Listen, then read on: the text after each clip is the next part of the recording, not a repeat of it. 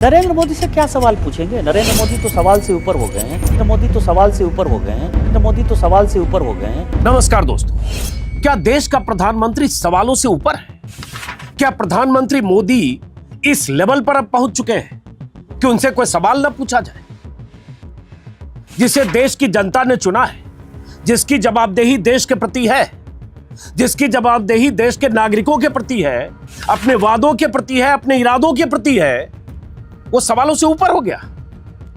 और भारत के किस संविधान में लिखा है कि प्रधानमंत्री से कोई सवाल नहीं पूछा जा सकता? या किस अवस्था को कोई प्रधानमंत्री प्राप्त कर लेगा कि सवालों से ऊपर हो जाएगा? ये इसलिए कह रहा हूं और इसलिए सवाल पूछ रहा हूं क्योंकि बीजेपी के एक सांसद, जो प्रधानमंत्री मोदी और शाह के लाडले सांसद माने जाते हैं, बहुत मुखर और कई बार अपने बयानों के लिए कुख्यात निशिकांत दुबे ने इंडिया टीवी के कार्यक्रम रजत शर्मा की अदालत में कहा है कि प्रधानमंत्री तो अब सवालों से ऊपर हो गए, उनसे कैसे सवाल पूछा जा सकता है? कैसे ऊपर हो गए भाई? ये किसने उन्हें सवालों से ऊपर कर दिया? संविधान के किस अनुच्छेद में, किस पन्ने में लिखा है कोई मोदी जैसा प्रधानमंत्री आएगा और वो सवालों से ऊपर हो जाएगा? क्या कहा है निशिकांत दुबे ने, सुनिए। और देश में किस तरह से माहौल बनाया जा रहा है और किस तरह से मोदी को महामानव के अवतार के रूप में बनाने की तैयारी हो रही है कि आप उनसे सवाल नहीं पूछ सकते। और यही प्रवृत्ति, यही मानसिकता है कि सवाल पूछने वाले इस दौर में खामियाजा भुगतते हैं, चाहे विपक्ष के नेता हो, चाहे कोई पत्रकार हो, चाहे कोई बुद्धिजीवी हो, चाहे कोई और हो।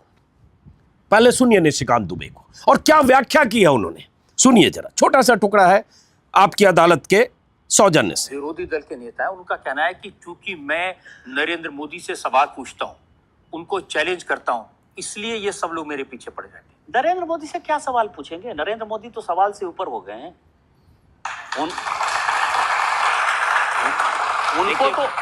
उनको तो अपने आप से सवाल पूछना चाहिए।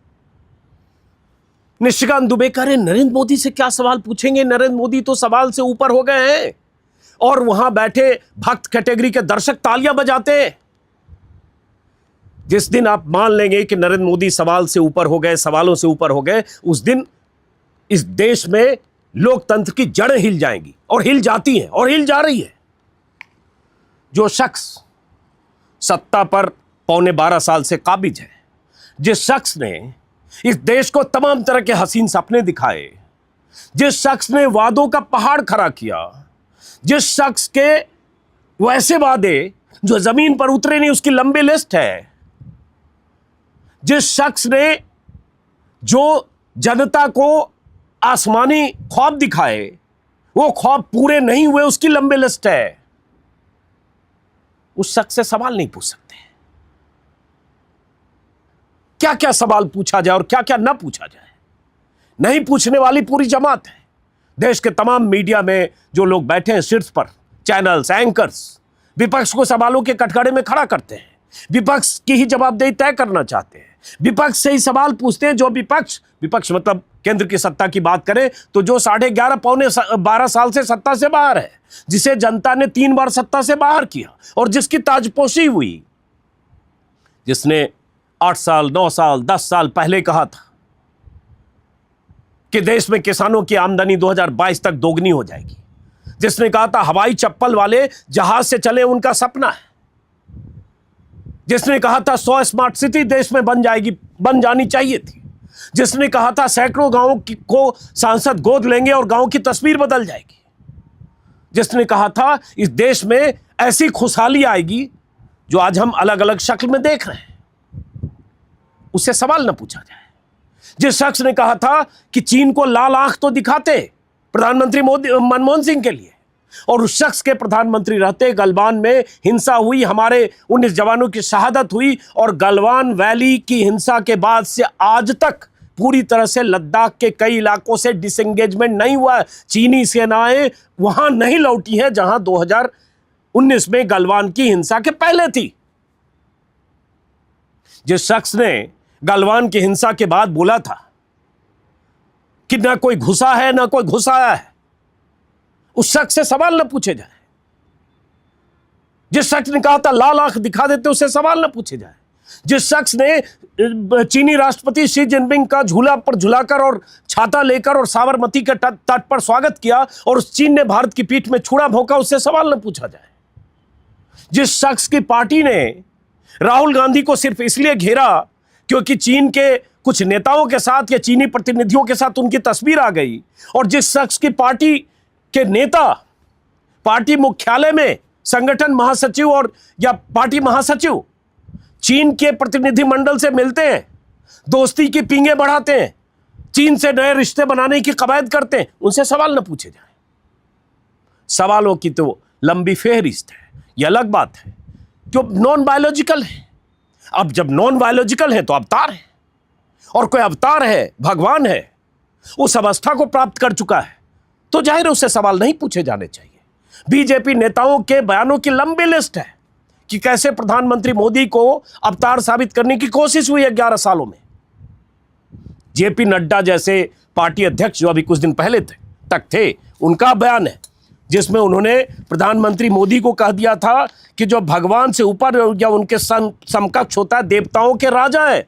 ये पार्टी अध्यक्ष ने कहा। चमचागिरी के रिकॉर्ड तोड़े गए 11 सालों में। बीजेपी के दर्जनों नेताओं के ऐसे बयान हैं कि उन्हें कोई चंपत राय, राम जन्मभूमि ट्रस्ट के चेहरे, उन्होंने कह दिया था विष्णु के अवतार हैं। नेता, मंत्री, सांसद सब में प्रतियोगिता है कि कैसे प्रधानमंत्री मोदी को अवतारी घोषित करें, और कर भी सकते हैं जब वो खुद ही नॉन बायोलॉजिकल खुद को कहते हैं, तो जाहिर है उनसे सवाल नहीं पूछा जाएगा। लेकिन क्या प्रधानमंत्री को सवालों से परे रखना, सवालों से ऊपर कर देना, क्या देश हित में है? क्या लोकतंत्र का यही मतलब है? सवाल लोकतंत्र की बुनियाद को मजबूत करता है। सत्ता के शीर्ष पर बैठे लोगों से सवाल पूछा जाना जरूरी है। सवाल से ही उनकी जवाबदेही तय होती है। सवाल से ही उनकी नाकामियों पर सवाल उठते हैं। सवाल से ही उनके वादे और इरादे जो पूरे नहीं हुए उनको जनता के सामने लाया जा सकता है। सवाल तो बहुत सारे हैं। सवाल तो एप्स्टीन फाइल में जो केंद्रीय मंत्री हरदीप पुरी दिखे हैं, 3 बार 4 बार खुद उन्होंने एप्स्टीन से मुलाकात का जिक्र कर दिया या कबूल कर लिया। सवाल तो हरदीप पुरी से है, केंद्रीय सत्ता से है, प्रधानमंत्री मोदी से कि हरदीप पुरी कैसे अभी भी कैबिनेट में है। सवाल नहीं पूछे जाने चाहिए। और अगर हरदीप पुरी जैसे एप्स्टीन फाइल में है, उस एप्स्टीन की फाइल में उनसे मिलने तक गए, उस न्यूयॉर्क के उनके मेंशन में जो एप्स्टीन जेफरी एप्स्टीन सजा याफ्ता मुजरिम के तौर पर 13 महीने जेल काट चुका था 2008-9 में, यौन अपराधी, बच्चों का यौन शोषण करने वाला, उससे केंद्रीय मंत्री मिलते हैं, बेशर्मी से अपने मिलने का बचाव करते हैं कि लॉबिंग के लिए गए थे। मीडिया का एक बड़ा तबका उनका बचाव करता है। प्रधानमंत्री मोदी से कोई सवाल नहीं है, सवाल से ऊपर जो है। और आज अगर प्रधानमंत्री मोदी के राज में राहुल गांधी या विपक्ष के किसी नेता, राहुल गांधी को ही लीजिए, अगर एप्स्टीन से राहुल गांधी के कम्युनिकेशन के 3, 4, 5 ऐसी कोई फाइल आ जाती, ऐसा कोई पन्ना आता, तो क्या होता उसकी कल्पना कीजिए। राहुल गांधी की ऐसी घेराबंदी बीजेपी के लोग करते, खुद प्रधानमंत्री मोदी, अमित शाह और बीजेपी के सारे मुख्यमंत्री, जैसे राहुल गांधी पता नहीं एप्स्टीन के साथ उस गुनाह में साझा तौर पर गुनाहगार थे, होते, साबित होते, ऐसा किया जाता और मीडिया की भूमिका उसी दिशा में होती। लेकिन यहां सब क्लीन चिट दे रहे हैं। सवाल न पूछे उस प्रधानमंत्री से जिस प्रधानमंत्री ने हसीन सपने दिखाए, सबका साथ, सबका विकास, सबका विश्वास, और देश में 11 सालों से, 11.5 सालों से नफरत की जिस तरह की राजनीति हो रही है, जिस तरह से हिंदू मुसलमान को बांटने की कवायद हो रही है, जिस तरह से प्रधानमंत्री खुद कहते हैं अपने भाषणों में कि कपड़ों से पहचाने जाते हैं, जिस तरह से प्रधानमंत्री 2024 के लोकसभा चुनाव के पहले बांसवाड़ा में कहते हैं कि ज्यादा बच्चा पैदा करने वाली जमात है, ये घुसपैठिए है, पूरी कौम को, पूरी आबादी को घुसपैठिए, ज्यादा बच्चा पैदा करने वाली जमात देशद्रोही की तरह या प्रो पाकिस्तान या पाकिस्तान पर साबित करने की कवायद होती है। उस प्रधानमंत्री से सवाल न पूछा जाए। जिस प्रधानमंत्री की पार्टी बार बार मुसलमानों को घुसपैठिया साबित करने के लिए बयान देती है और जब सरकारी आंकड़ा आता है तो पता चलता है इस बारे में अभी कोई भी पुख्ता तौर पर जानकारी नहीं है, उस प्रधानमंत्री से सवाल न पूछे। जो प्रधानमंत्री लगातार विपक्ष को सिर्फ घेरता रहा है, जिस प्रधानमंत्री ने पिछले सभी प्रधानमंत्रियों का माखौल उड़ाया संसद में, जिस प्रधानमंत्री ने जवाहरलाल नेहरू जैसे प्रधानमंत्री का माखौल उड़ाकर हमेशा सुर्खियां बटोरी है, तालियां बटोरी है, उस प्रधानमंत्री से सवाल न पूछा जाए। जिस प्रधानमंत्री ने 2014 के पहले, चाहे चुनाव आयोग हो, चाहे पहले के सारे प्रधानमंत्री हो, चाहे जो भी संस्था हो, हर संस्था पर चोट किया हो, उस प्रधानमंत्री से आज सवाल न पूछा जाए क्योंकि नरेंद्र मोदी है। क्या मतलब है? जिस प्रधानमंत्री के राज में आवाजों को कुचला जाता है, अभिव्यक्ति की आवाज, अभिव्यक्ति की आजादी को दबाया जाता है, विपक्ष के नेता को किस तरह से राहुल गांधी को संसद से बाहर किया गया पूरी दुनिया ने देखा, और कैसे सुप्रीम कोर्ट से रेस्टोर हुए यह भी देखा। जिस प्रधानमंत्री के राज में न्यायपालिका के कॉम्प्रोमाइज होने की बात कही जाती है, किस तरह से सुप्रीम कोर्ट से जो जज रिटायर होते हैं और कैसे उनका प्लेसमेंट हो जाता है, किस तरह से चुनाव आयोग कॉम्प्रोमाइज्ड है, उस प्रधानमंत्री से कोई सवाल न पूछा जाए।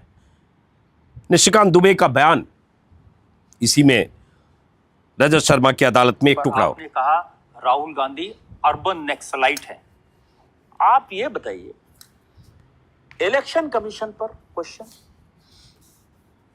जुडिशियरी के ऊपर क्वेश्चन, ब्यूरोक्रेसी के ऊपर क्वेश्चन, प्रधानमंत्री जी को कभी प्रधानमंत्री नहीं बना, और पूरी लोकतंत्र के ऊपर जब यदि कोई क्वेश्चन आ जाए, ये शख्स कह रहे हैं चुनाव आयोग पर क्वेश्चन, लोकतंत्र पर क्वेश्चन। आपने कहा राहुल गांधी अर्बन नक्सलाइट है। आप ये बताइए, इलेक्शन कमीशन पर क्वेश्चन, जुडिशियरी के ऊपर क्वेश्चन, ब्यूरोक्रेसी के ऊपर क्वेश्चन, प्रधानमंत्री जी को कभी प्रधानमंत्री, अब जैसे इन्होंने कहा ना, इलेक्शन कमीशन पर क्वेश्चन, जुडिशियरी पर क्वेश्चन, ब्यूरोक्रेसी पर क्वेश्चन, प्रधानमंत्री पर क्वेश्चन, या ये निशिकांत दुबे कह रहे हैं कि ये विपक्ष के नेता के तौर पर राहुल गांधी कहते हैं, इसलिए उनको अर्बन नक्सल कह दिया। अब सवाल उठता है, चुनाव आयोग को लेकर जितने सवाल, और जिस तरह से कहें कि बहुत शर्मनाक ढंग से नरेंद्र मोदी जब गुजरात के मुख्यमंत्री थे, गुजरात चुनाव के दौरान चुनाव आयुक्त थे जेएम लिंगदो, हम जैसे तमाम पत्रकार उनका नाम ऐसे ही जानते बोलते थे, JM Lyngdoh, James Michael Lyngdoh कहकर मुख्यमंत्री नरेंद्र मोदी अपने भाषणों में उनका नाम लेते थे, जेम्स माइकल लिंगदो। क्यों? क्योंकि वो कनेक्ट करना चाहते थे उनकी धार्मिक पहचान के आधार पर कांग्रेस, सोनिया गांधी, या उनको टारगेट करना चाहते थे। एक चुनाव आयुक्त को एक मुख्यमंत्री अपने चुनाव प्रचार में इस तरह से संबोधित करता हो, और उस पार्टी का जो सांसद आज कह रहा है कि चुनाव आयोग पर कोई सवाल नहीं। चुनाव आयोग पर इतने सवाल बीजेपी ने उठाए, ईवीएम में गड़बड़ी से लेकर तमाम सवाल। लाल कृष्ण आडवाणी ने तो पूरी मेरे ख्याल से उनका नाम भूल रहा हूं, बीजेपी के प्रवक्ता रहे, किताब लिख दी उन्होंने ईवीएम में गड़बड़ी को, जीवीएल नरसिम्हन शायद। किस पर सवाल नहीं उठाया? प्रधानमंत्री मनमोहन सिंह का माखौल उड़ाते हुए रेनकोट से नहाने जैसा बयान देना संसद में, जवाहरलाल नेहरू के लिए ऐसे अप्रिय शब्दों का इस्तेमाल खुद प्रधानमंत्री मोदी और उनकी पार्टी करती है, और यह शख्स तो करता ही है। अभी 4 दिन पहले, 5 दिन पहले गिरिराज सिंह का एक वीडियो या पिक्चर वायरल हुआ, जिसमें जवाहरलाल नेहरू की बहन विजय लक्ष्मी पंडित और उनकी बहन की बेटी नयनतारा सहगल के साथ जो उनकी तस्वीरें थी, आत्मीय तस्वीरें, उन तस्वीरों को शेयर करके प्रधानमंत्री जवाहरलाल नेहरू पर अप्रिय आक्षेप लगाए और उनका चरित्र हनन किया, एआई की तस्वीरों के साथ चरित्र हनन किया। और ये गिरिराज सिंह जैसे लोग जो केंद्र में मंत्री हैं, मतलब नेहरू के परिवार की महिलाएं जो उनकी बहन या बहन की बेटी हैं, उनके साथ भी आत्मीय तस्वीर को नेहरू को एक तरह से इस तरह से दिखाने की कोशिश की जैसे वो पता नहीं वुमनाइजर थे, क्या थे, ये कौन लोग हैं, क्या इनकी प्रवृत्ति है, किस तरह से 11.5 साल से देश में राजनीति हो रही है। और कहेंगे प्रधानमंत्री मोदी सवालों से ऊपर है। सवालों से ऊपर इसलिए है क्योंकि सत्ता में बैठे लोगों से सवाल पूछने की हिम्मत चैनलों में नहीं है, वरना आज की तारीख में अगर ये 2014 के पहले स्थिति होती और इस तरह से एप्स्टीन फाइल में अगर किसी मंत्री का नाम आया होता और उस मंत्री के साथ डिनर एप्स्टीन ने किया होता या उस मंत्री ने एप्स्टीन के बंगले में जाकर डिनर किया होता, तब जब एप्स्टीन सजा याफ्ता मुजरिम के तौर पर 13 महीने की सजा काटकर बाहर आया था उसके 5 साल 6 साल पहले 2008-9 में और 14 में मिले हरदीप पुरी, तो क्या होता? प्रधानमंत्री की तस्वीर चैनल पर होती, उस मंत्री की तस्वीर चैनल के वॉल पर होती, एप्स्टीन की तस्वीर लगी होती और हम जैसे एडिटर सीधे प्रधानमंत्री मोदी से कह रहे होते कि इस मंत्री का इस्तीफा अब तक क्यों नहीं हुआ। लेकिन यहां तो बचाव किया जा रहा है, यहां तो बताया जा रहा है कि भाई एप्स्टीन का दो चेहरा था। एक चेहरा वो जो यौन अपराधी का था, जो रेपिस्ट का था, जो पीडोफाइल का था, जो बाल तस्कर का था, जो इस तरह का था जो नाबालिग लड़कियों का यौन शोषण करता था। और दूसरा चेहरा वो था जो लॉबिस्ट का था, जो पावर ब्रोकर का था। तो हरदीप पुरी जी जो मिले वो दूसरे चेहरे से मिले, वो पावर ब्रोकर से मिले और लॉबिस्ट से मिले। मतलब हरदीप पुरी एप्स्टीन के दूसरे चेहरे से मिले, पहले वाले से नहीं। और मिले उनके घर पर, उसी न्यूयॉर्क के मेंशन में मिले, ऐसा कहा जा रहा है, या डिनर जहां भी किया जहां एप्स्टीन के गुनाह के, उनके पाप के सबूत हैं। ये कोई नहीं कह रहा है कि एप्स्टीन के गुनाह में या एप्स्टीन जिस तरह से एप्स्टीन जिस तरह से यौन अपराध कर रहा था उसमें कहीं हरदीप पुरी शामिल है। कोई नहीं कह रहा है, इसकी कोई बात नहीं है, चलिए मानते हैं। लेकिन सवाल उठता है, एक सेक्स रैकेट करने वाला, एक सेक्स ट्रैफिक करने वाला, यौन अपराधी, पीडोफाइल, सजायाफ्ता मुजरिम, उससे अगर कोई शख्स मिलता है 2 या 3 या 4 बार, जो कबूल करता है, तो क्या उससे सवाल नहीं होना चाहिए क्यों मिलने गए? क्या आपको पता नहीं था ट्रैक रिकॉर्ड? आप यूएस में थे, भारत की नुमाइंदगी यूएस में कर रहे थे, आप जानते होंगे, दुनिया जान चुकी थी एप्स्टीन के बारे में। बहुत हजारों पन्ने एप्स्टीन के बारे में लिखे जा चुके थे, 50 नाबालिग लड़कियों की गवाही हो चुकी थी। सवाल न पूछे जाए, क्या क्या नहीं पूछे जाए। सवालों की लंबी लिस्ट है प्रधानमंत्री मोदी जी से। लेकिन दिक्कत है चूंकि कोई सवाल पूछ नहीं सकता। और सवाल पूछ सेना 2019 में किस तरह से सेना का इस्तेमाल किया प्रधानमंत्री मोदी ने अपने चुनाव में वोट मांगने के लिए। सेना की शहादत का, पुलवामा के शहीदों का इस्तेमाल प्रधानमंत्री मोदी ने 2019 के चुनाव में किया। उनकी सभाओं में, बीजेपी की सभाओं में पोस्टर लगे थे शहीदों के। सवाल ना पूछे जाए, सवाल न पूछे जाए कि अमेरिकी राष्ट्रपति ट्रंप, जिसे आप अपना दोस्त बताते रहे हैं, जिसकी दोस्ती पर गर्व करते रहे हैं, हाउडी मोदी से लेकर और अब की बार मोदी सरकार के नारे अमेरिका तक में लग गए, वो ट्रंप 80 बार या 85 बार, अब तो लोग गिनना भी भूल गए, हो सकता है शतक होने वाला हो कुछ दिन में, 80, 85, 90 बार बोल चुके कि भारत और पाकिस्तान के बीच हमने वार रुकवाई, हमने युद्ध रुकवाई। ये ट्रंप बयान दे रहे हो और भारत सरकार का मुंह नहीं है कि मुंह तोड़ जवाब दे कि क्या बकवास कर रहे हो।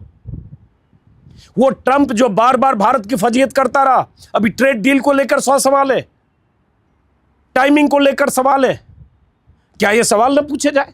लेकिन कैसे पूछे जाए, किससे पूछे जाए? उस शख्स से जिस शख्स ने 11.5 पौने 12 साल में एक बार भी प्रेस कॉन्फ्रेंस नहीं की, उस शख्स से जो मीडिया का सामना खुले में आकर नहीं कर सकता है, उस शख्स से जो एक साथ 10, 12, 15 रिपोर्टर के सवालों का जवाब नहीं दे सकता, उससे सवाल ना पूछे।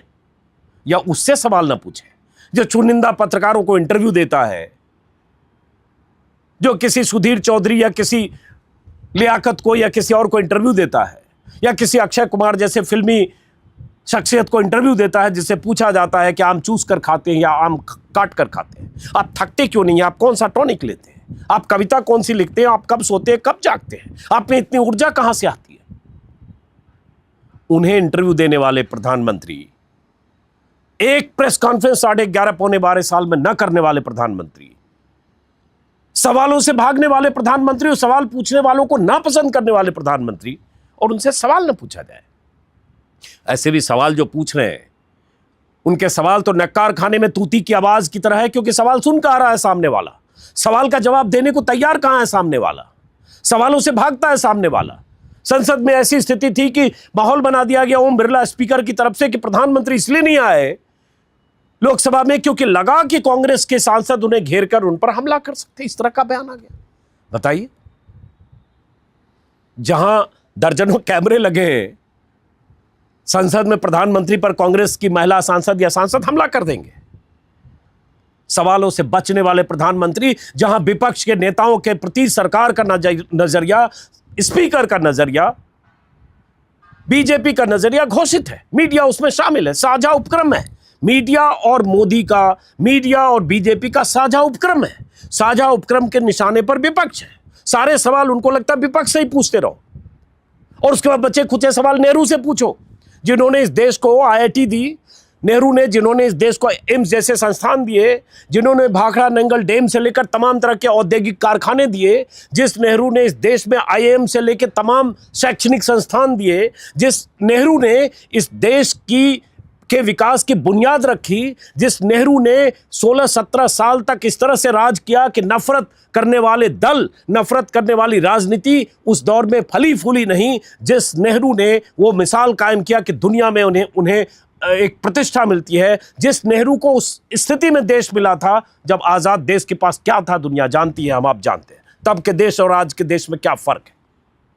उस नेहरू को आप हमेशा टारगेट करते हैं, उनकी मर्यादा पर प्रहार करते हैं, उनके किए पर कालिक पोतने की कोशिश करते हैं।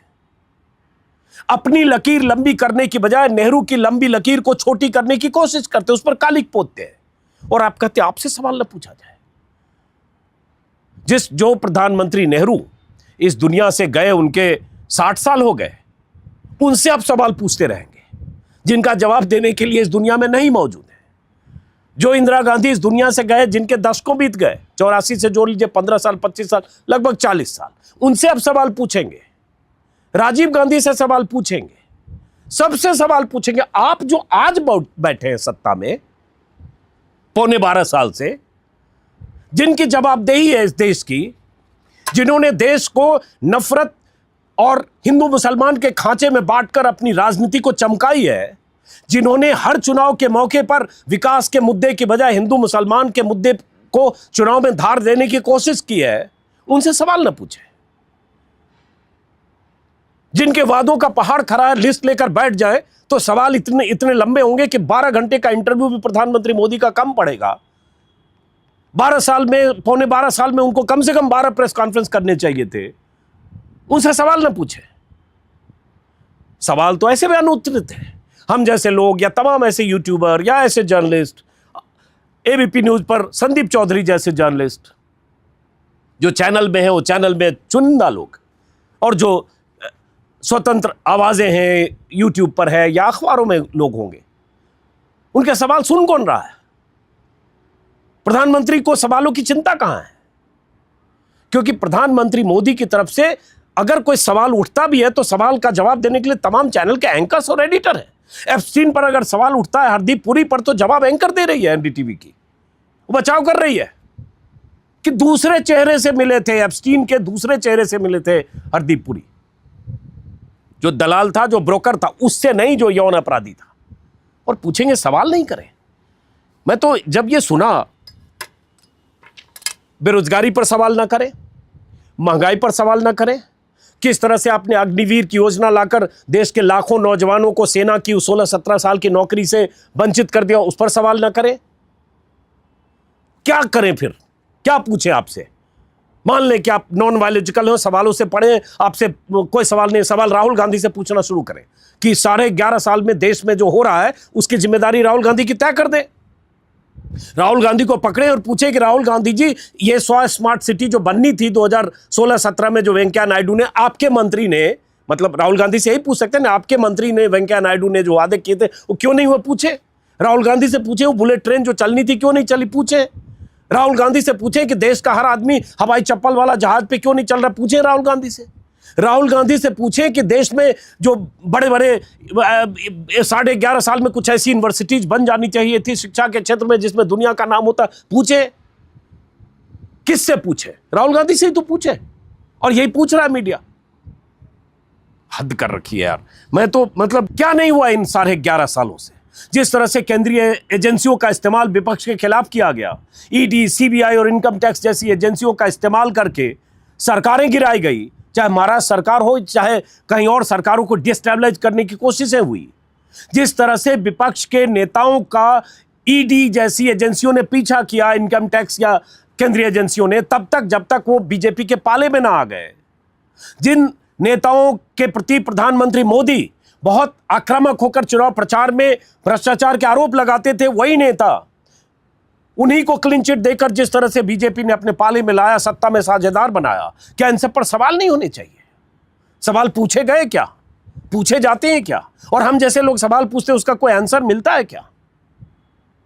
किस तरह से महाराष्ट्र में सरकार गिरी किसी को पता नहीं। किस तरह से गुवाहाटी के 5 स्टार होटल में एकनाथ शिंदे वाया सूरत गुजरात होकर वहां रह रहे थे, पता नहीं। किस पर सवाल ना पूछें?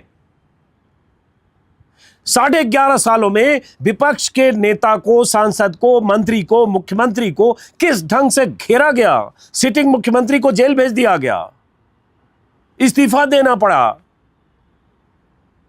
क्या कुछ नहीं हुआ बीते 11.5 सालों में? इस पर सवाल नहीं पूछे जाएंगे? और 11.5 सालों में किस सुना आपने कि बीजेपी का कोई नेता, मंत्री, मुख्यमंत्री ईडी के छापे की जद में आया? वो सब सत्यवादी राजा हरिश्चंद्र है। अरबों रुपए लोग कमा रहे हैं, अरबों का साम्राज्य बन रहा है, लेकिन कोई पकड़ा नहीं जा रहा है। एजेंसी अपनी, सरकार अपनी। सैया भय कोतवाल तो डर काहेगा। लेकिन आपके निशाने पर विपक्ष है, क्योंकि आपका मकसद है विपक्ष को बुलडोज कर दो, रौंद दो, खड़ा ना हो पाए। चुनाव, लोकसभा चुनाव के ठीक पहले कांग्रेस जैसी पार्टी का खाता फ्रीज हो गया। कितनी बातें कही जाए, कितनी ऐसी घटनाएं, कितनी ऐसी मिसालें जिस पर सवालों की श्रृंखला है, लेकिन कौन पूछेगा सवाल? सवाल जो पूछने जाते हैं वो गुड्डी गुड्डी सा सवाल पूछते हैं। पीएमओ में उनके इंतजाम के साथ सवालों का सिलसिला शुरू होता है। जो सवाल कैसे होते हैं हमने 2024 के पहले भी देखा, लोकसभा चुनाव के पहले। और निशिकांत दुबे कहते हैं सवाल न पूछे जाए, सवालों से ऊपर चले गए। जैसे मैंने देखा कि लगा कि भाई देश में हो क्या रहा है। उत्तराखंड की घटना आपने देखी होगी, किस तरह से बजरंग दल देश के अलग अलग हिस्सों में, हिंदुत्ववादी संगठन, चाहे बजरंग दल हो चाहे वीएचपी, किस तरह से हिंदुत्ववादी संगठनों ने देश में उत्पात मचा रखा है। लिंचिंग से लेकर, मारपीट से लेकर, हिंसा तक। गोरक्षा के नाम पर देश में क्या हो रहा है? सवाल ना पूछे, कैसे पूछे? किससे पूछे? कौन है देश में? जो भी हुआ 11.5 साल, 12 साल में जितनी नाकामियां हैं, किससे सवाल पूछे? देश के माहौल पर किससे सवाल पूछे? चलिए, सवालों की बहुत लंबी लिस्ट है। फिलहाल तो चूंकि मोदी जी को सब देवता मान चुके हैं, अवतारी मान चुके हैं, मोदी जी को मानते हैं कि वो सीधे खुद जब नॉन बायोलॉजिकल मोदी जी मान चुके हैं। एक महाराष्ट्र के नेता का एक बयान मुझे याद आ रहा है, उन्होंने कहा था भगवान विष्णु के 11वां अवतार हैं प्रधानमंत्री मोदी। तो जब 11वां अवतार लोग मान रहे हैं तो जाहिर है भगवान से सवाल नहीं पूछे जा सकते। दुर्भाग्य हम जैसे लोगों का कि हम प्रधानमंत्री मोदी को भगवान नहीं मान सकते, हम प्रधानमंत्री मोदी को नॉन बायोलॉजिकल नहीं मान सकते, हम प्रधानमंत्री मोदी को विष्णु का अवतार नहीं मान सकते, हम प्रधानमंत्री मोदी को देवताओं का राजा नहीं मान सकते जैसा नड्डा जी मानते हैं या जैसे चंपत राय मानते हैं। हम प्रधानमंत्री मोदी को देश की चुनी हुई सरकार का मुखिया मानते हैं, जिसे तीसरी बार जनता ने बहुमत से 32 सीटें कम दी, जो जेडीयू और नायडू की बैसाखी पर सरकार में काबिज हैं, जिन्होंने 11.5 साल में सैकड़ों ऐसे वादे जिन्होंने पूरे नहीं किए, और जिनसे सवाल हर हाल में पूछा जाना चाहिए, क्योंकि लोकतांत्रिक सरकार में सवाल बहुत मायने रखता है और लोकतंत्र की बुनियाद, लोकतंत्र की मजबूती सवालों से होती है। और यही संविधान और यही देश में जितने संविधान अमन पसंद नागरिक हैं वो भी यही सोचते होंगे, और यही उसकी बुनियाद है। लोकतंत्र में विपक्ष की जिम्मेदारी है सवाल पूछना, सत्ता पक्ष की जिम्मेदारी है सवाल का जवाब देना, सवालों से भागना नहीं। और विपक्ष सवाल ना पूछे तो विपक्ष खत्म हो जाता है।